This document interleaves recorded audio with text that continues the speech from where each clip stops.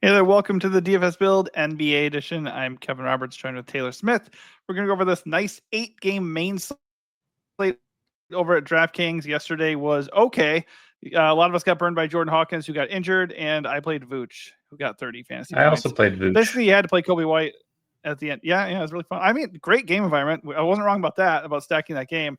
We did hit some other plays. In general, I said going in, like, I didn't want to make 3K DeAndre Jordan a core play a day after playing 38 minutes. But if he started at 3K, he was a lock for me, and he, sure enough, almost had a triple-double. So I cashed, so that was cool. We did have a couple winners in our Discord. If you're looking for extra help and want to win, just come to our Discord and get some extra advice. And you can also hit up our Patreon packages and see if anything there stands out to you. The way we do it is go position by position, highlighting the top plays, and then end the video with our strategy and any flag plants we may have. If anything we say here does help you, please hit that like button. 30 likes today, and we'll give away a free month of DK core plays for NBA.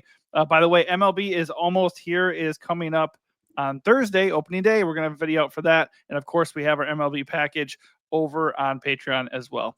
Also, subscribe to the channel so you can catch that video and all other videos we do going forward. All right. Over at point guard, SGA leads the way with a 51-point fantasy projection to the shock of nobody. I believe Chet and Jay Will are still questionable. Yeah. If they're out, SGA is going to look really good here. Price came down a little bit. The matchup with the Kings is not scary whatsoever. I mean, I'm okay with it. I feel like just naturally this slate feels like a balanced build for me. Like there's okay value and there's a lot of second tier guys I really like. But if I land on SGA, I don't have a problem with it. What about you? Yeah, he's just wildly expensive. So 11-2, like if J-Dub, mainly J-Dub, like Chet, whatever, but J-Dub is a pretty big source of usage and ball handling and stuff. So if he's playing without those guys, I'm pretty interested again. Like he's going to get a big boost in projections, but those guys are projected in. He projects not great for the dollar. So like I'm always okay with it. There is enough value to get up to him if you want. This is another kind of slate with a lot of obvious value, but most of it's at point guard. So I think he's going to go really low owned. And if SGA is playing without J-Dub, I'm very interested. But if they're pretty close to full strength, I'm not really into it. I do think there are other good mid-range point guards to pay for. I think Cade would just be a better play straight up in a better matchup against San Antonio, a tanking, horrible defensive team right there. So I think Cade's questionable, of course. So if he's in, he's a pretty good play. If not, there's going to be even more value at point guard. Dennis Schroeder, namely, at 4,700, just to add to the pile. But right now, it definitely looks like a pay down spot, which will make the pay ups naturally contrarian. Yeah, guess who played Cade on the weekend when he was a late scratch? This guy. Fun times. That's like the second time I got burned by Cade, supposedly being in and then randomly having a calf issue. First time. Oh yeah, super cool stuff. Yeah, everything you said makes sense. Not even going to elaborate on it. I agree 100% with all of that. Trae Young obviously stands out a little bit. I hate the matchup. Honestly, screw it. I don't want to play Trae. It's GPP play because it's Trae. He has a ceiling. He's been good, but at Houston, not a good matchup. Not really getting him at a discount, not projecting very well. God, the projection here for the rest of these guys sucks. I think Garland's the first guy after those top two studs that I'd be looking at. I think dollar for dollar, that's probably where I'm going first. Like I said, Garland's an awesome play. Like if everyone's paying down a point guard, I think you play two of those cheap point guards and then pay for Garland, especially since people are going to be playing Mobley because roster construction makes it easier to get Mobley at a forward spot. Yep. Garland without Mitchell just gets a ton of usage. The minutes are kind of sus, but it's fine. He's 8K. It's a good spot. I like that a lot. Yeah, I mean, you definitely can make a case for like unknown SGA, and obviously Cade is just a better play than SGA right now too. I don't mind those guys, but why do that when I have Garland, who does have a bit of a ceiling with no Spida? He looks great. Hero is a pivot away from that. If Garland does pick up ownership, I don't mind Hero, but Garland's just the better play. LaMelo, GPP for life, but against the Magic, the game has a really gross total. I don't know why it is a 5-point spread. Is somebody on the Magic going to sit? Like, I don't get it. I guess the Hornets are at full strength, but I feel like Orlando only being favored against the Hornets by 5.5. That's weird. I think Anyways, it's mainly so Orlando's on a back-to-back, but also the Magic can't score, and I'm just assuming that's the problem. Like, there's such a bad offense that they can't really be favored by that much, even against a horrible Hornets team. So I Wild guess we'll get the times. injury report, but I'm assuming it's just the Magic being a bad offense. Perhaps the case. Either way, I don't really love that game. LaMelo is a little bit expensive, all things considered, but he has a ceiling, and if the game stays close, you just never know. I think him and Trey are tourney plays. I don't hate that aspect of it, but in a vacuum, I think it sucks. Steph Curry's projection is terrible on the road against the Heat, not really the best matchup, and obviously it could be Jimmy Butler night one way or another. So not super excited to play him. You have a full strength Houston team. This is an interesting conversation because all the Houston guys that we normally want to play are either discounted, like Amen Thompson's too cheap for who he had been at 8.2K, and they just have a really good matchup against the Hawks. But they're all there. Fred VanVleet is there. I would imagine he's still playing today, right? I mean, you just never know with him. But he's only 6.2. Jalen's only 7.8. Amen's only 8.2. Like, they all look pretty good here. I think I would start with Amen Thompson at 8.2. And they're all going to be GPP plays, it feels like, except maybe Fred VanVleet might carry some steam because of his price. But anyways, as a Houston fan, give your thoughts on whether you like any of these guys or whether you want to get to them. I do like VanVleet. He's going to be chalky, I think. 6,200 is just super cheap for him, but it is a good spot. I assume Dyson Daniels is going to be chasing Jalen Green around. So VanVleet will get the match. He will be more popular, so I don't mind Green as a more contrarian, expensive play. Amen is my favorite, though, all things considered. I just assume he's going to be pretty unowned compared to everybody else. He's card forward eligible, 8,200. Cheapest he's been in quite a while. Not cheap necessarily, but cheaper than he had been. So I do like all three of them. I think I'd rank them Amen, Green, and then VanVleet just because of VanVleet's presumed ownership.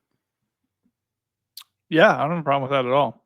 Keontae George is popping against Utah as he should. 6.1K off the bench. Nice usage for him. Jordan Clarkson might be out. We already know JC and Lowry will not play. So I think he's an okay play at 6.1. Not going to play him into ownership probably personally. I think I'll just eat the Scottie Pippen chalk. 38% ownership is gross, but he's only 5K against the Jazz. I'm sorry, Keontae's facing the Grizzlies, obviously. But Pippen is cheaper.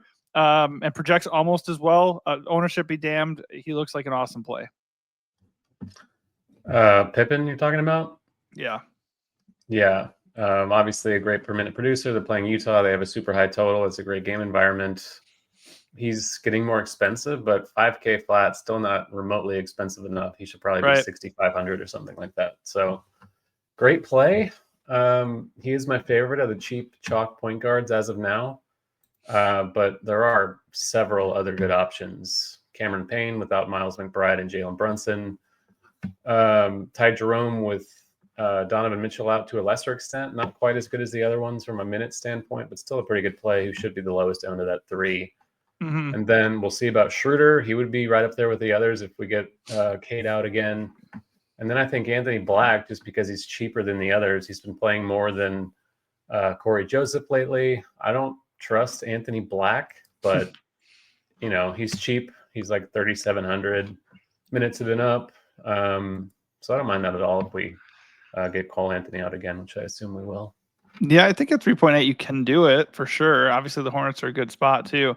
I do think this might sound strange, but I think because he's been pretty good in the last two games, that scares me because he's not a consistent player. So like trusting Anthony Black to have a third good game in a row feels not great. But again, makes sense for them to give him the minutes instead of old ass Corey Joseph, you would think. I mean, well, he has been getting the minutes like you're suggesting. Right, so. But like they could rug pull him if they wanted to. Like yeah. Corey Joseph was still starting, so I don't know what they're gonna do, but Black's okay enough because he's cheap. The nice thing is too, he's been scoring the ball pretty well, but he actually has been doing other shit when he's out there too. Like yesterday he had or the other game he had yesterday, yeah. He had like 17-6-6 line. Like that's pretty good. So if he's actually doing more than scoring 3.8, that looks pretty good. Also mention CP3, his old ass, in case Castle ends up sitting.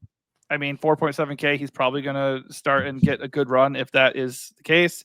I'm going to double down on campaign. Shooting guard eligible, baby. That's not something all these other guys can say. Ty Jerome specifically, only $200 less. He's going to carry ownership. They're both going to be owned. Payne is projected to be twice his own. I don't mind eating the Payne chalk. We know what the Knicks do. Whatever guy starts, if the game is close, is going to push for like 40 minutes. He played 31 minutes in a 20-point game the other day. So the price has come up. Obviously, he's not like the same auto play he would have been at 3.1K in his last game, but it doesn't really do that much to pretty me. Close. I know. No, I mean, like, okay, it's just not the same level of autoplay. Like that, like the other day, you're not even thinking twice. 100% you're playing campaign in every lineup, basically. Today, I think you could certainly argue like, oh, Schroeder this, oh, Ty Jerome that, right? You could argue that, especially at 42% ownership. But to me, it's pretty obvious I'm starting with Pippen and Payne in like all my lineups. Any other point guard punt that you're digging here? I suppose you can entertain the Blake Wesley thing if Castle's out, but that's pretty thin, especially with all the other value we have. Like that's just kind of a YOLO large field thing. It's viable just because they're tanking. Chris Paul's an old man, like you said. I don't know if they're going to extend him that much anyway. So yeah, Wesley's viable, but certainly not my favorite. Yeah, I agree. He's in the player pool, but I don't want to do it. All right, over at shooting guard, Desmond Bane leads the way. He looks really, really good with no jaw against the Jazz. Got nothing bad to say about him. I prefer him over Franz Wagner, but Wagner also looks pretty good.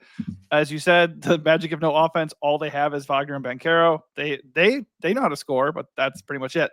So if you want to play them, Wagner or Banchero, you can do that. I just think Bane looks a little bit better here.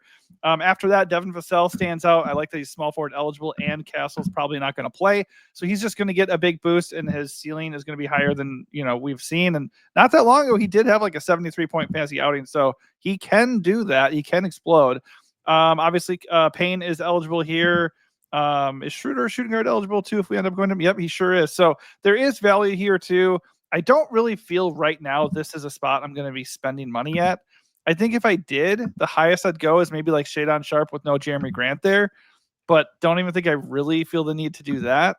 Him and Simons look okay as like runbacks from Cavs stacks if you're playing a lot of Cavs guys tonight. But I just think I'm going to go Payne here and then maybe avoid shooting guard unless I get to like Schroeder if Cade's out. I love Bane. I just think Jackson, like we talked about with Garland and Mobley, Jackson is probably going to be the more popular of the expensive Grizzlies. But Bane as a leverage play, we'll see how the ownership goes. But Bane 8,900, like priced at a premium, you need him to hit 50 plus points essentially to be worth it there. So it's a roll of the dice, but it is Utah. So if you're going to bank on him to get there, this is probably the spot to do it.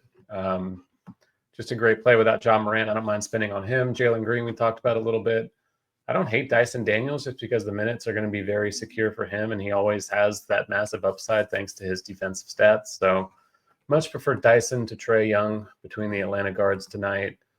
But yeah, otherwise we're just kind of talking about the cheap stuff. I think Luke Kennard as a Pippen leverage play is pretty good, just under 5K. We've seen him start without Morant. We've seen upside from him too previously in these situations. So if Pippen's going to be mega chalk, which it looks like he will be, and Kennard isn't, which it looks like he will be, Kennard, even with Pippen, like I think you can play them together and it's okay just because they're both so cheap.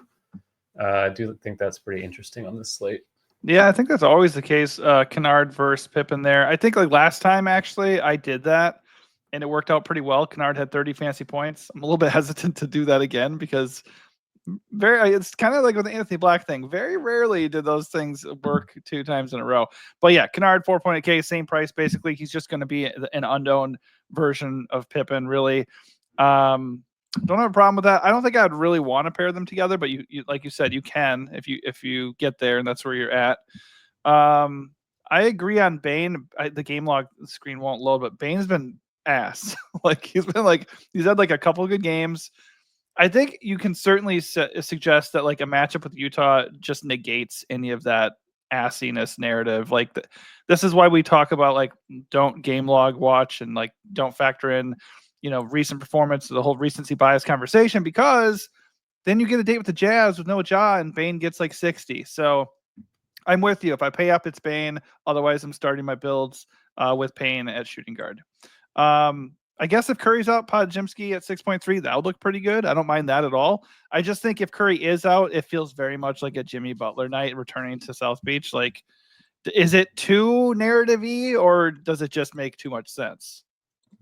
I just think there are certain guys that you can actually play the narrative game with, and Jimmy Butler is absolutely one of them. I So agree. normally I would not be into that, but this particular confluence of circumstances, I think, makes a lot of sense. All right. Speaking of Jimmy, let's go over to small forward. Unless you had anybody else at shooting guard, I don't think so. Simons, I like that call too, but you already mentioned him. So yeah, Simon's sharp, totally fine as comebacks or just by themselves. So Wagner's up there. He has better projection, but boy, oh boy, Jimmy going back to Miami, he might drop a 50 burger. Like, I would not be surprised. He does strike me as the kind of guy that holds a grudge. That said, Denny Avdia is just a better play. Like, if we don't buy into the narrative, we don't want to do that.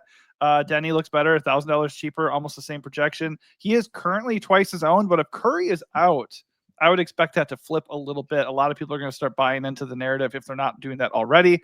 Josh Hart has been mega ass, like really bad, but he is still at 8K. He still has triple-double upside, and the Mavs are not a scary matchup. So in theory, Josh Hart looks like a really good GPP play here if people are going to be going to Denny and Jimmy. Like, this is a good spot to play Josh Hart. I just don't feel amazing about it because he hasn't been any good at all. I don't mind paying here. Small forward looks pretty good up top. That said, there are some issues with the Mavs. Anthony Davis is out. Caleb Martin is out. PJ Washington is questionable. So it could be Najee season again. He's going to pick up steam here. This is not updated for that. He's already projecting okay at 7.9.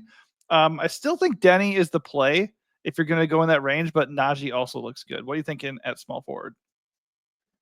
Yeah, mostly actually paying down. I think power forward is the forward spot that has the better pay-ups overall, like with Mobley and Jaren Jackson. But I do like Avdia a lot. He's definitely my favorite of the expensive small forwards, even against Cleveland. Game has a pretty decently tight spread. So high total too. He's been playing monster minutes. He plays like 40 minutes a night, and he's got a nuclear ceiling.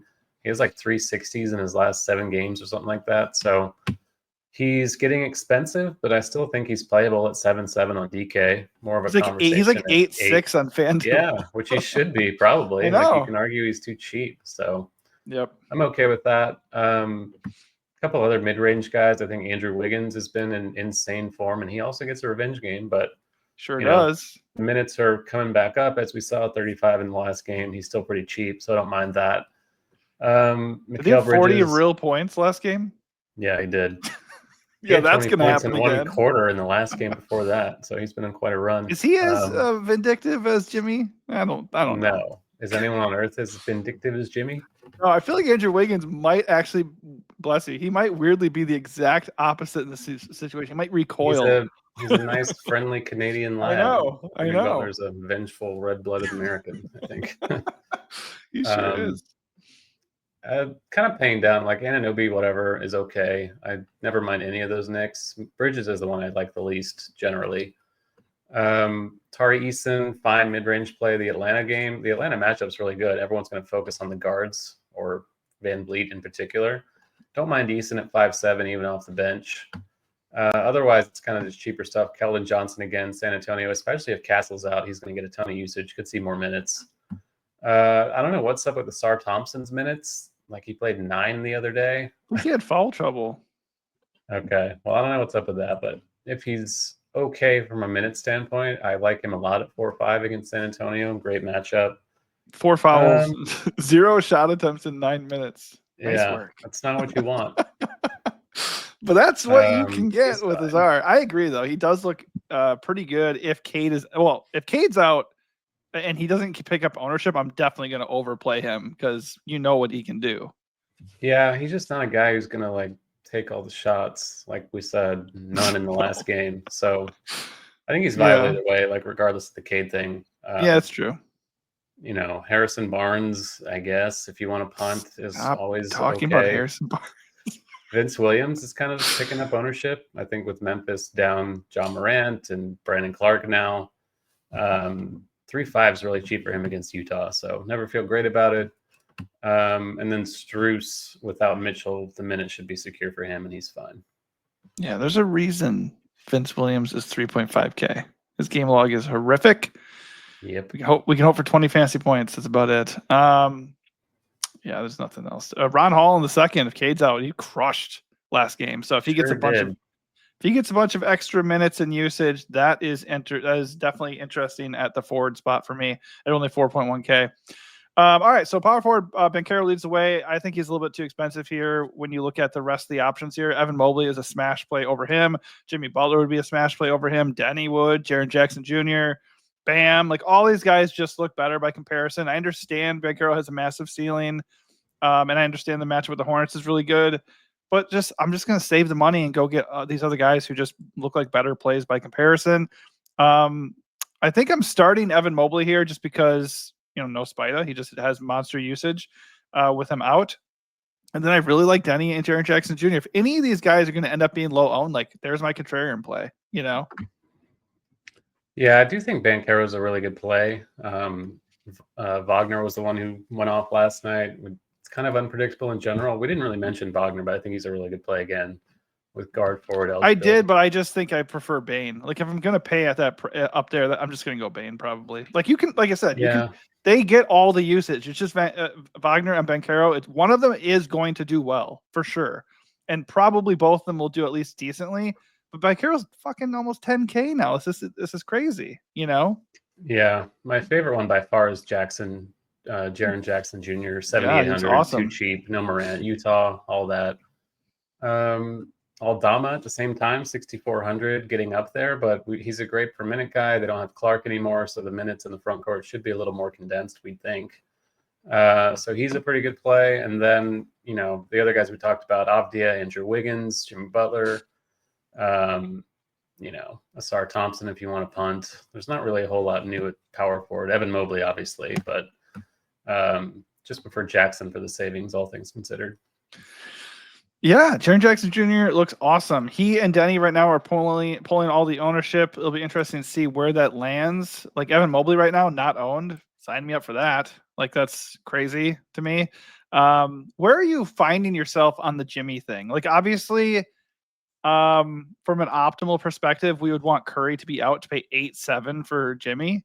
But like, where are you at with or without Curry at his price point right now?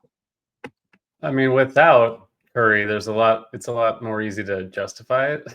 Yeah. With Curry in, like he's more expensive than Mobley and Jackson, and I just don't really see any need to do that. Like, sure, he can go out and put 60 on the board, and no one will be surprised, and maybe he will. Like, I think he's a fine play, but the projections don't necessarily account for the narratives, and obviously the ownership doesn't either.